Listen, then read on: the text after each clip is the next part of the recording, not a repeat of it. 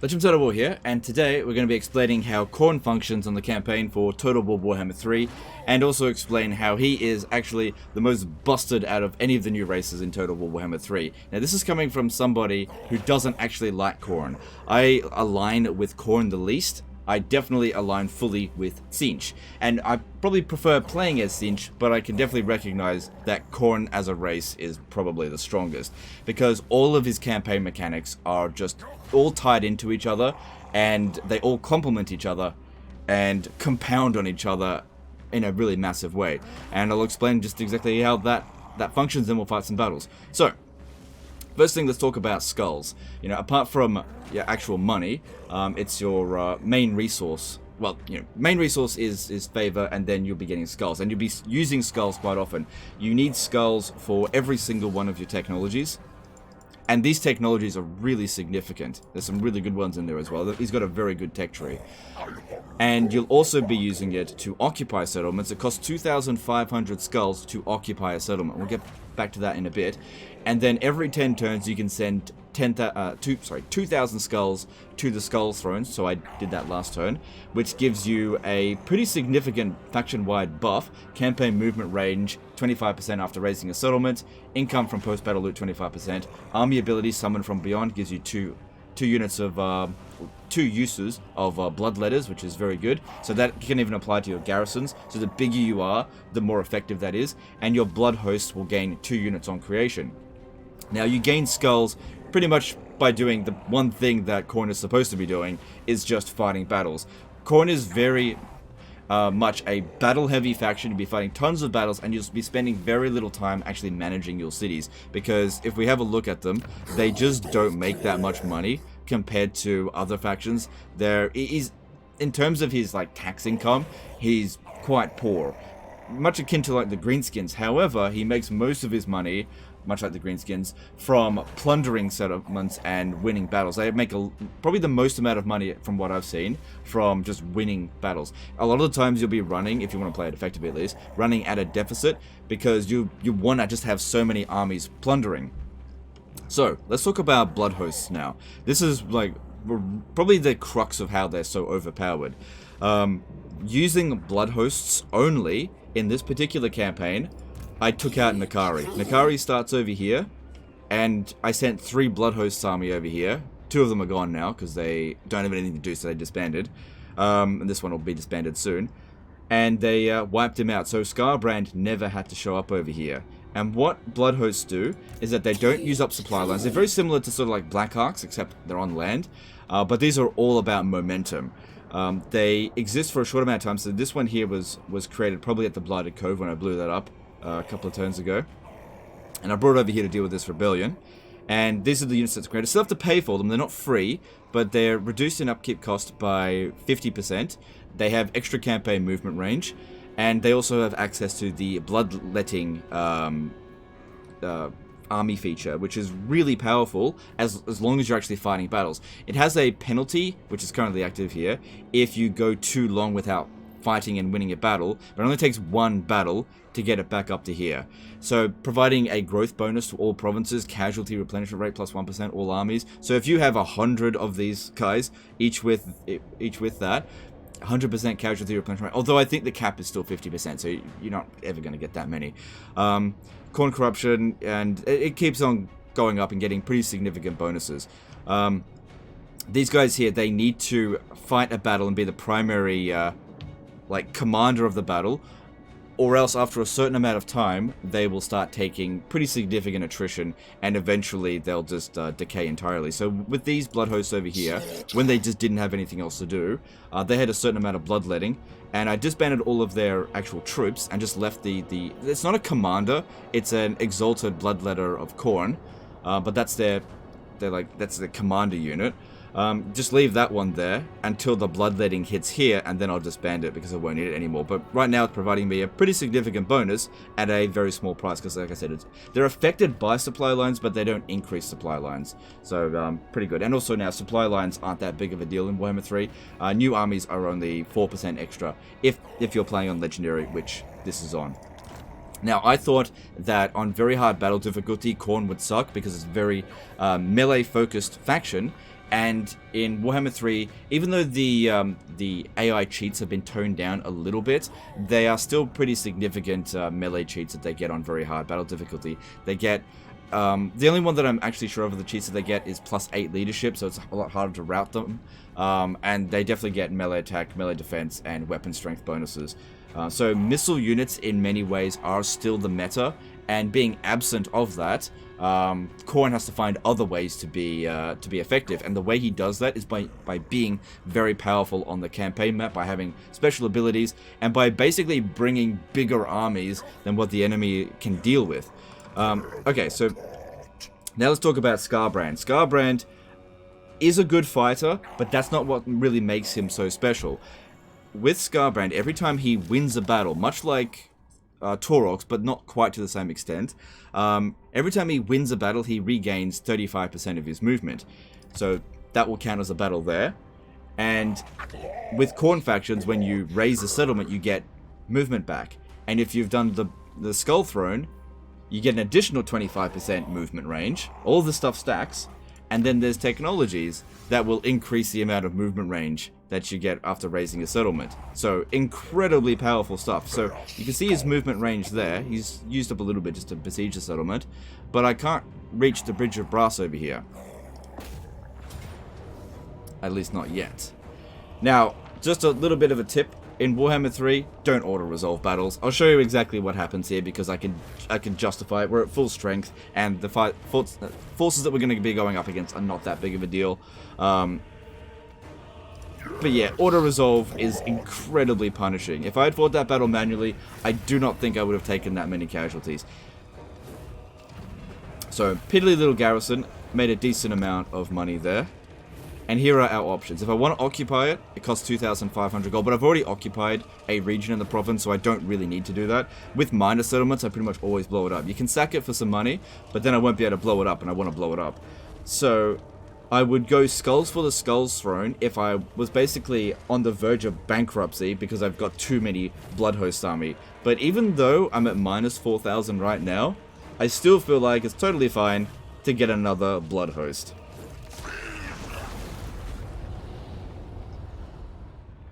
So another thing is that Skarbrand runs in the opposite direction that he was standing in. And now we can actually reach the Bridge of Brass because he's recovered all of his movement range.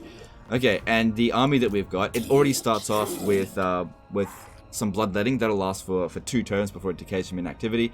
I can't move it on the first turn, but we could send it out next turn to go and just fight whoever we want. You can get multiple Bloodhosts together to, which is what we did against Nakari. I had 3 Bloodhost armies of similar size over here. And the thing is with these guys as well, is that they can actually create Bloodhost armies themselves. However, the Bloodhost armies that they create will have 3 fewer units. And, no, sorry, it'll have 5 fewer units, so they'll only be created with 7 troops. And minus 3 turns until initial bloodthirst attrition. So these guys here, they have 4 turns until they'll start taking attrition, about 10% per turn. I believe you can reduce it with technologies and stuff.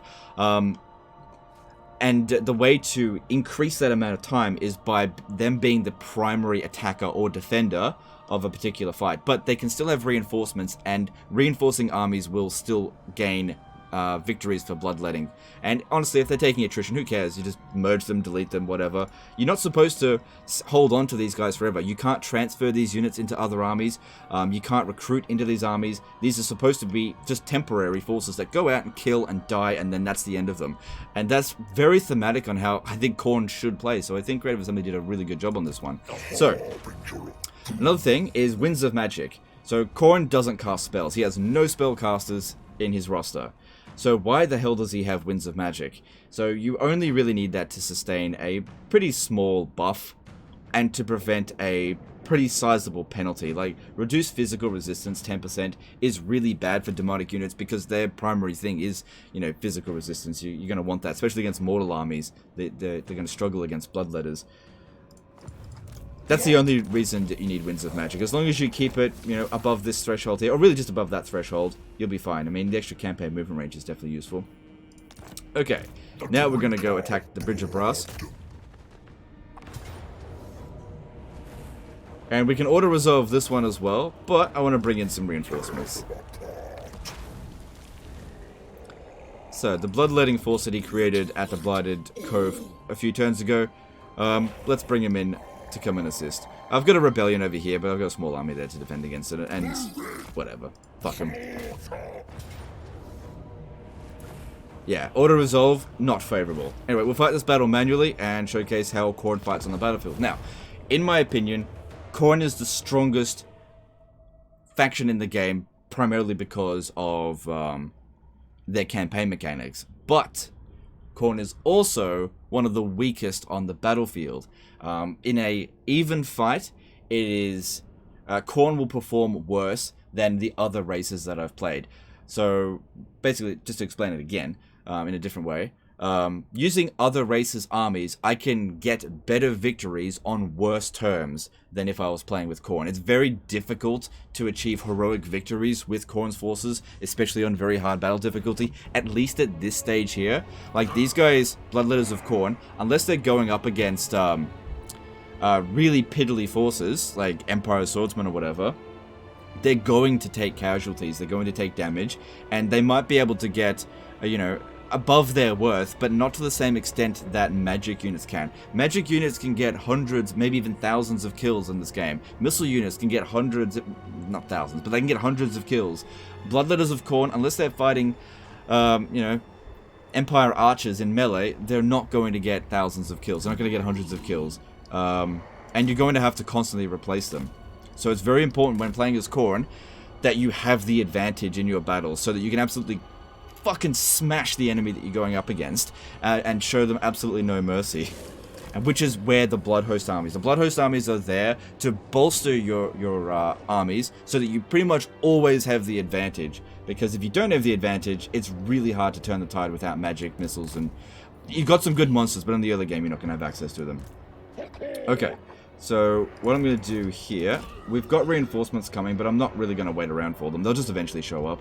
Really just bringing them here for balance of power. We've got a good area here. Choke points can also be a bit of a problem for Khorne, since you can't just have all of your units shoot and annihilate a unit.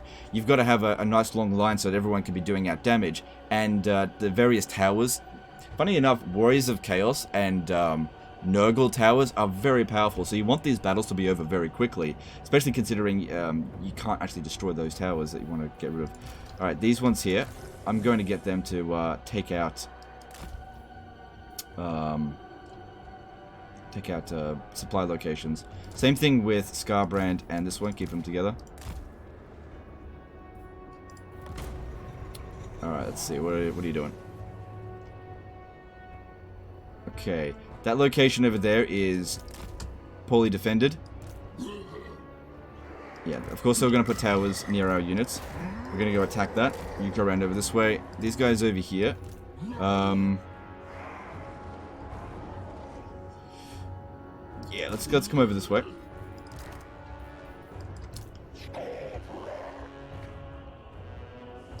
Skarbrand's going to go capture this.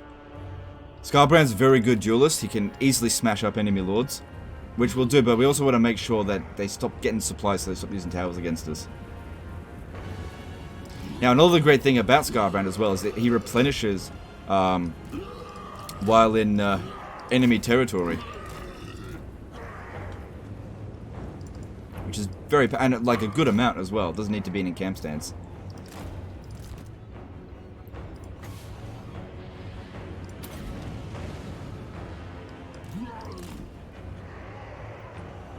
Don't want them getting over there.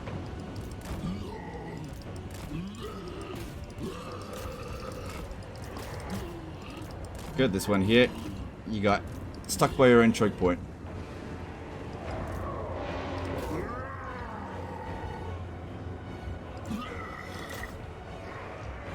So yeah, this kind of stuff will happen all the time with Khorne. They'll just put up barriers to stop you from progressing.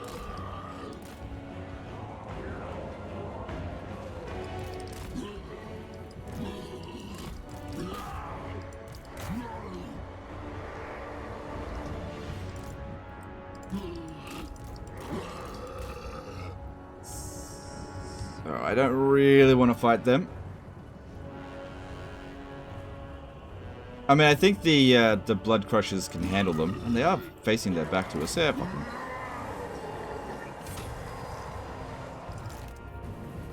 Okay, reinforcements have arrived. Cool. Bring them in. Okay, that's been captured. Go and kill the enemy lord there now.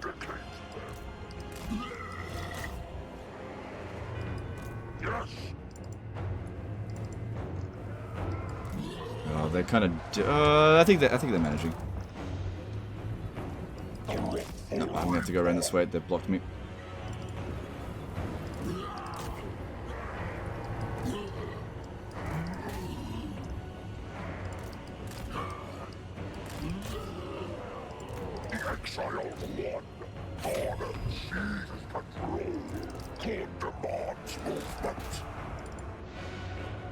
Alright, cool, that's been captured.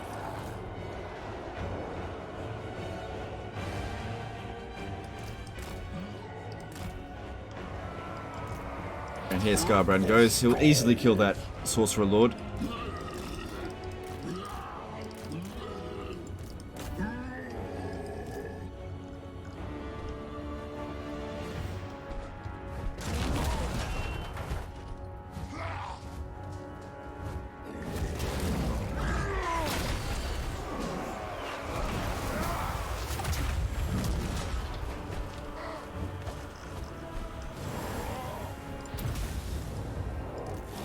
Okay, great weapons over there. They should be able to handle that. Because they're only marauders.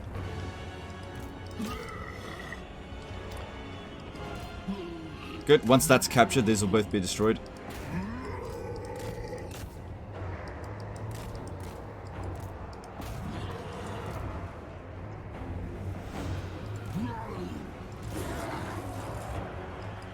Okay, we've got too many units coming over there. Send some support. Oh, no you don't. No, you don't.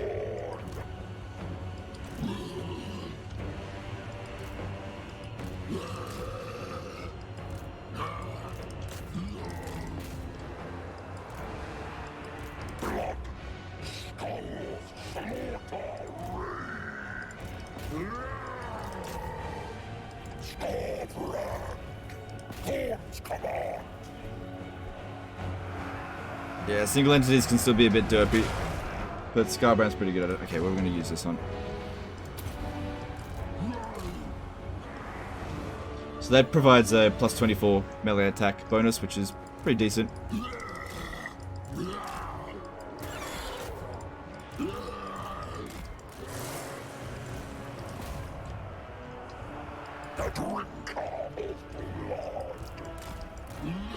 Now, Creative Assembly did say that Skarbrand gets stronger the more kills he gets, but that's due to his like primary item, his like unique item, which I don't have currently.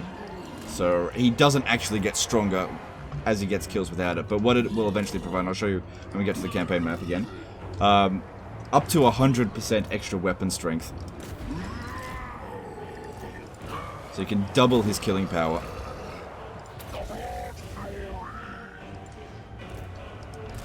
Now, Skarbrand might be part of what I think is the strongest race in the game, currently, but I do not think he is the best Legendary Lord. We will talk about the best Legendary Lord at a later date.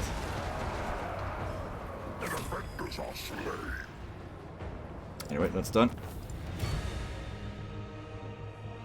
So we can see that fighting the battle manually, we would take tons fewer casualties than if we had auto-resolved it.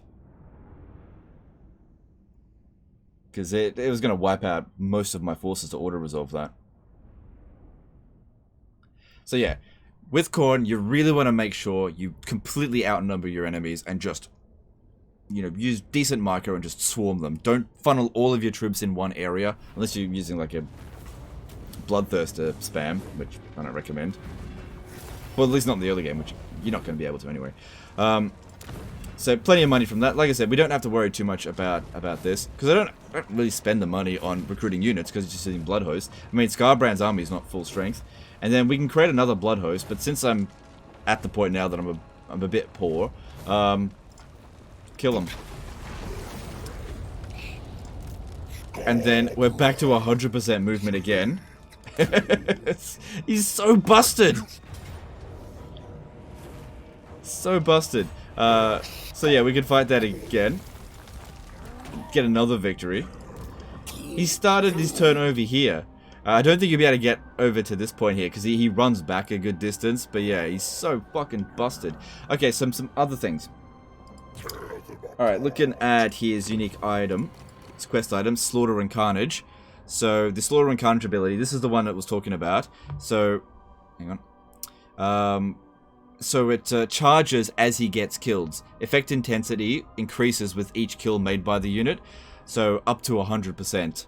Of base weapon and armor piercing weapon strength. You know, that's pretty significant. He'll eventually end up with 1,200-ish weapon strength. Bloody nasty. In terms of his skill tree, it's pretty basic. He's got some stuff in here that's okay. Extra campaign. Oh, look at that. Extra 15%. This way ends up with 100% after blowing up a settlement. But a Blood Host plus 3 units on creation, all characters, faction. That's actually pretty good. That's just really good. There. But, you know, some of the other Legendary Lords do have better skill trees. But, you know, Skarbrand is definitely not the worst Legendary Lord. And we've got him at his maximum bloodletting now. So he is just an absolute killing machine. Another thing to explain is how Khorne settles settlements. So you spend 2,500 to occupy... Sorry, 2,500 skulls to occupy a settlement. Usually I do it at the primary capital.